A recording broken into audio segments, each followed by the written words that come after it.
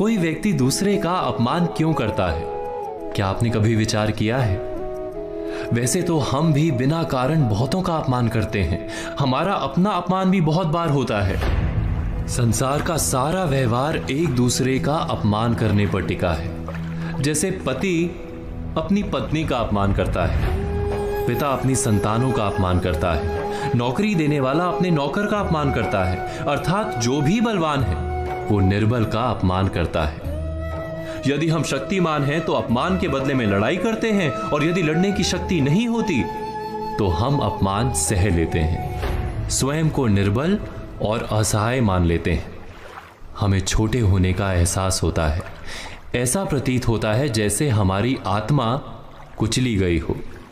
किंतु कोई किसी का अपमान क्यों करता है?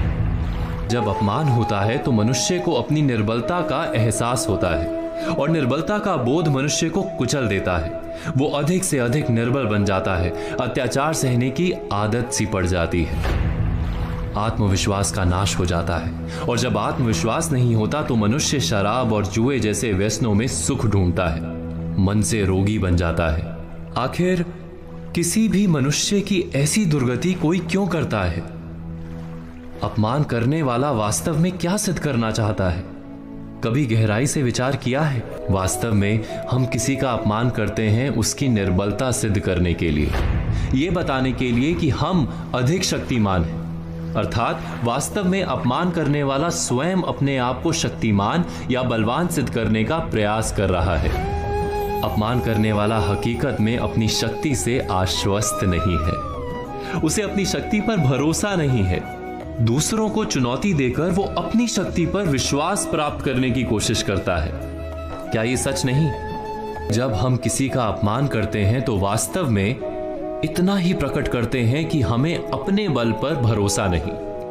हमें ये संसार एक अविरत संघर्ष प्रतीत होता है, कभी ना रुकने वाली एक जंग सी दिखाई देती है। हम अपने निकट आने वाले सभी को प्रतिद्वंदी मानते हैं, फिर वो पति या पत्नी ही क्यों ना हो।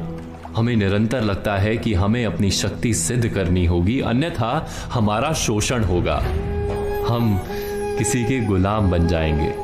किंतु क्या हमने कभी विचार किया है कि दूसरों को प्रतिद्वंदी अर्थात दुश्मन मानने के बदले कलीग मान लें, हमारी सहायता करने वाले सहयोगी मान लें, अर्थात दूसरे व्यक्ति को प्रेम करें तो उसका अपमान करना आवश्यक ही नहीं होगा।